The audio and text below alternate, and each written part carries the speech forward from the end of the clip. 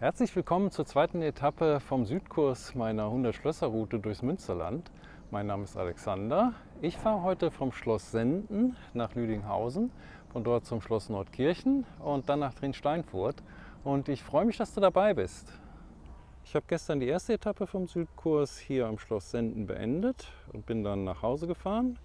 Heute Morgen bin ich jetzt hier wieder hergekommen und deswegen ist es jetzt schon 11 Uhr. Es ist ein wunderschöner Tag, die Sonne scheint und der Himmel ist blitzeblau.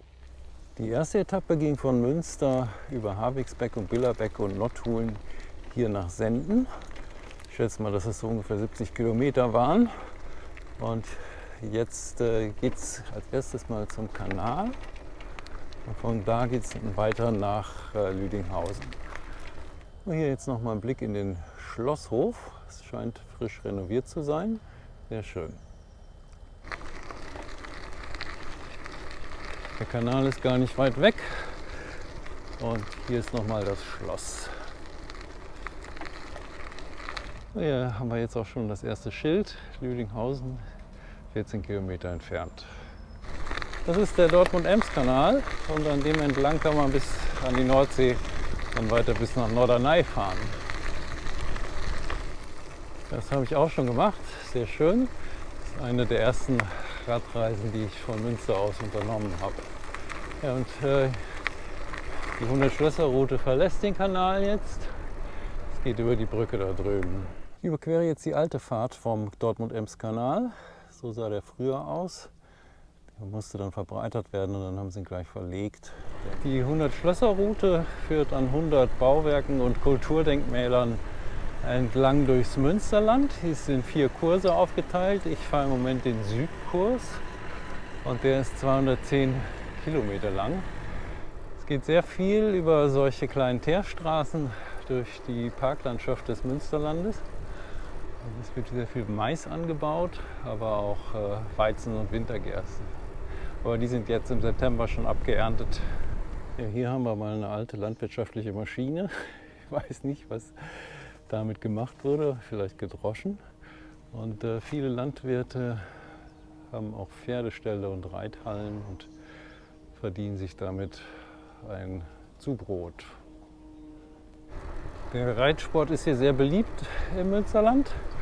Hochburg ist Warendorf, da gibt es ein berühmtes Gestüt und da kommt man durch, wenn man die Ostroute bzw. den Ostkurs fährt. Wie gesagt, heute ist ein wunderschöner Tag, gestern auch schon. Der Himmel ist blitzeblau und das hat man hier recht selten nach meinem Gefühl. Meistens ist es irgendwie so schlierig grau. Das sind für mich alles unbekannte Gegenden jetzt hier. Ich komme selten südlicher als Senden. Einmal bin ich nach Essen gefahren, aber es ist jetzt schon so lange her, dass ich mich an diese Strecke jetzt nicht erinnern kann. Das ist Haus Karkesbeck, aber das Tor war zu. Ich denke mal, dass das Privatbesitz ist. Das ist auf jeden Fall eine sehr interessante Wasserburganlage. Jetzt geht es mal über eine etwas breitere Straße mit Verkehr. Ich hoffe, dass sich das gleich wieder ändert. Ja, und schon ist es wieder vorbei. Jetzt hier nach links. Schön Allee. Jetzt geht es in den Wald. Ist hoffentlich ein bisschen kühler. Es ist schon ganz schön warm. Es soll heute 30 Grad warm werden. Münsterländer Tomaten gibt es hier. Ja, sehr erfrischend hier. Wunderbar.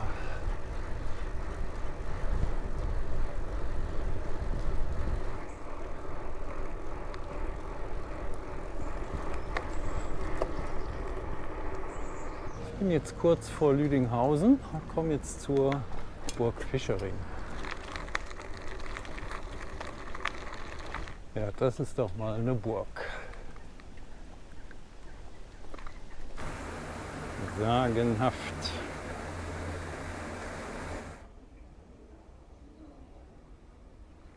Hier geht es in den Innenhof, aber ich glaube, da muss man bezahlen.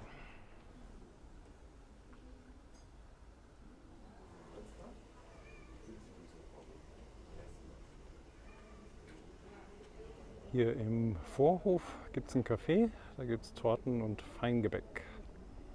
Es ist inzwischen 12 Uhr durch, ich habe Hunger, ich mache hier jetzt auch eine Pause. Ich habe mir wieder was mitgebracht. Das ist doch mal ein schöner Platz für eine Pause.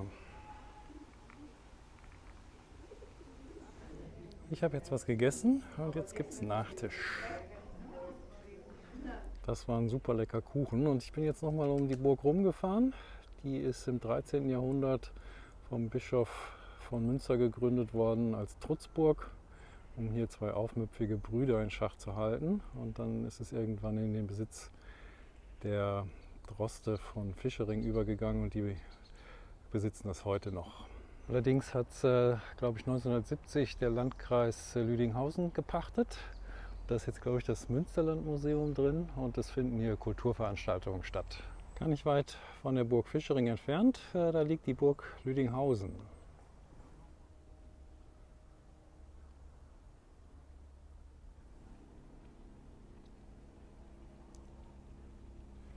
Ja, ist auch ganz schick, ne? Leider geht die 100-Schlösser-Route an der Altstadt von Lüdinghausen vorbei, aber ich fahre jetzt trotzdem rein. Hier nochmal ein schöner Blick auf die Gebäude vor der Burg. Hier haben wir jetzt das Schild der Schlösserroute, die vor der Stadt nach Süden abbiegt. Lüdinghausen hat auch einen Bahnhof, also hier kann man auch so hinkommen oder wieder wegfahren, wenn man hier seine Tour unterbrechen oder beenden will. Und es gibt auch noch eine Steverland-Tour und einen Lüdinghauser Radweg. Das müsste die Stever sein. Da hinten ist wahrscheinlich eine alte Mühle. Das ist der Marktplatz von Lüdinghausen. Hier gibt es nicht mehr sehr viel Historisches. Das ist die Kirche und hier sieht es schon ein bisschen puscheliger aus. Und ich fahre jetzt weiter Richtung Olfen. Ich verlasse jetzt Lüdinghausen. Es geht nach Süden durch den Wald aus der Stadt raus. Ja, und kaum ist man aus der Stadt raus, wird es auch sofort wieder ländlich. Jetzt geht es einmal auf die andere Seite vom Dortmund-Ems-Kanal.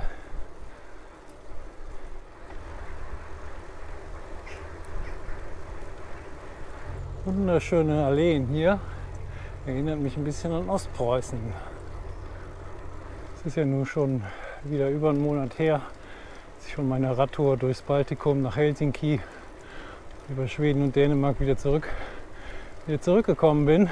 Ich kann es jetzt kaum noch glauben, dass ich das gemacht habe, aber ich habe es gemacht.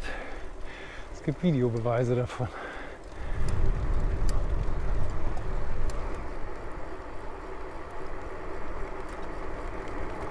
Ich bin jetzt in Olfen und es gibt dazu nicht viel zu sagen, glaube ich. Das Thermometer zeigte eben 33 Grad an. Hier ist jetzt mal interessanterweise nicht über den Kanal, sondern unten drunter durch. Ich bin jetzt leider an der Hauptstraße entlang. Zwar immer schön auf dem eigenen Radweg, aber auf den kleinen Teerstraßen ist es schöner. Oh, hier gibt es sogar einen Campingplatz, wenn man unterwegs zelten möchte. Hier kann man es. Oh, hier ist jetzt der Radweg neben der Hauptstraße ungeteert, aber schön im Schatten. Wie gesagt, das Thermometer hat 33 Grad angezeigt. Glaube ich aber nicht so ganz, so warm ist es nicht. Das stand mitten in der Sonne. Ja, mir macht Hitze auch nicht so viel aus. Kälte finde ich viel schlimmer.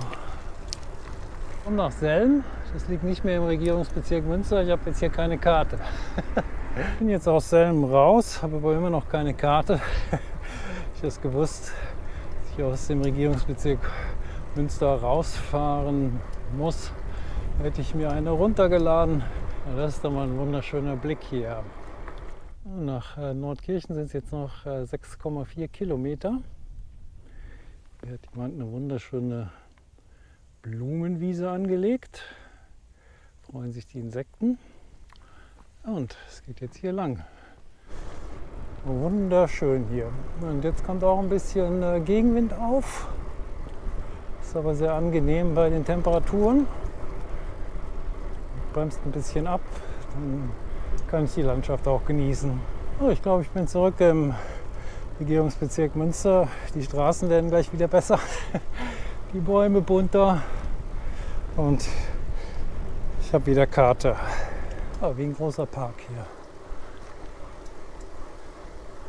Ja, und hier gibt es Kürbisse in allen Größen.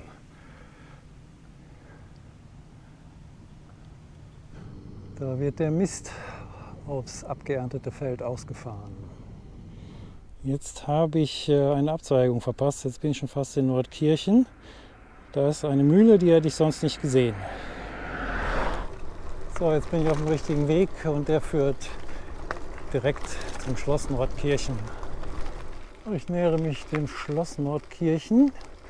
Da sitzt heute die Fachschule für Finanzen Nordrhein-Westfalen drin. Ich werde da jetzt nicht groß filmen, weil ich war schon mal hier und habe ein Video gedreht. Da bin ich von Kapelle vom Bahnhof aus hierher gewandert und wieder zurück. Das ist eine riesige Anlage, wird auch das westfälische Versailles genannt.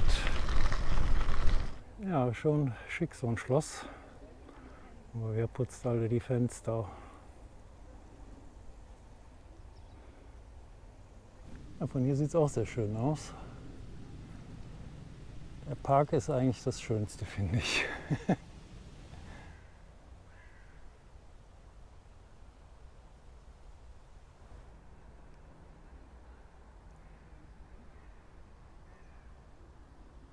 Ja, wunderschön hier. Ich hätte auch nicht gedacht, dass ich hier mal mit dem Fahrrad hinkomme. Und noch ein letzter Blick von der anderen Seite.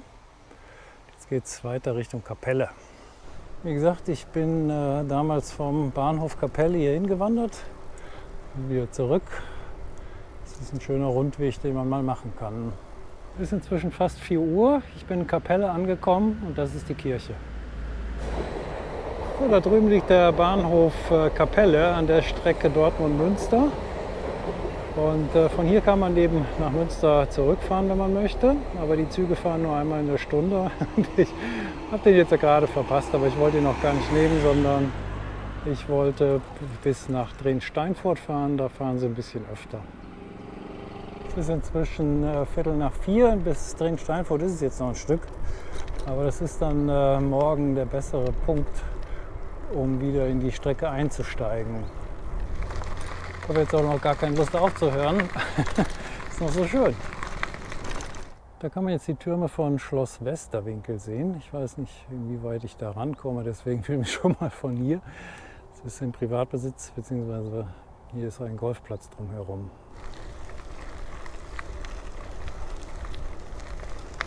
Und man kommt doch ein bisschen näher ran, aber nicht über die Brücken rüber. Aber es ist schon ein beeindruckender Bau. Und hier nochmal der Blick von der Seite. Ich bin jetzt durch Hebern durch und danach, gut, es ist ein bisschen hügeliger.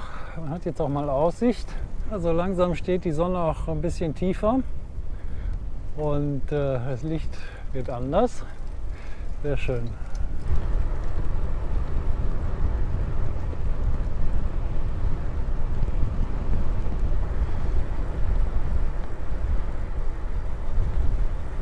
So, ich bin inzwischen im Kreis Warendorf angekommen und überquere jetzt die Bahnlinie Hamm-Münster. Und da werde ich nachher in Dren-Steinfurt in den Zug steigen und auf dieser Strecke dann nach Münster fahren. Wenn denn ein Zug fährt.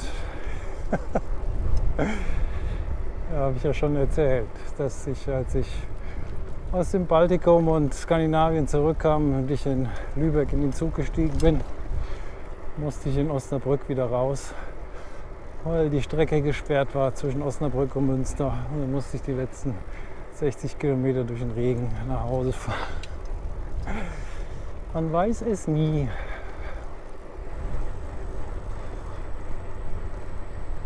Ja, jetzt wollte ich hier dieses wunderschöne Blumenarrangement filmen. Aber das findet der Hund nicht so gut. Aber jetzt ist er abgelenkt. Nach Dren-Steinfurt sind es jetzt noch 8 Kilometer.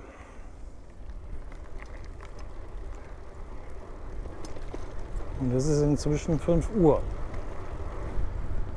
Ich verlasse jetzt Mersch, da bin ich gerade durchgefahren. Und da gibt es auch einen Bahnhof an der gleichen Strecke wie in Dren-Steinfurt. Und da kann man eben auch in den Zug steigen, wenn man will. Da halten aber, glaube ich, nur die Regionalbahnen. Die Regionalexpresse, die ein bisschen schneller sind, die halten auch nur in Drensteinfurt.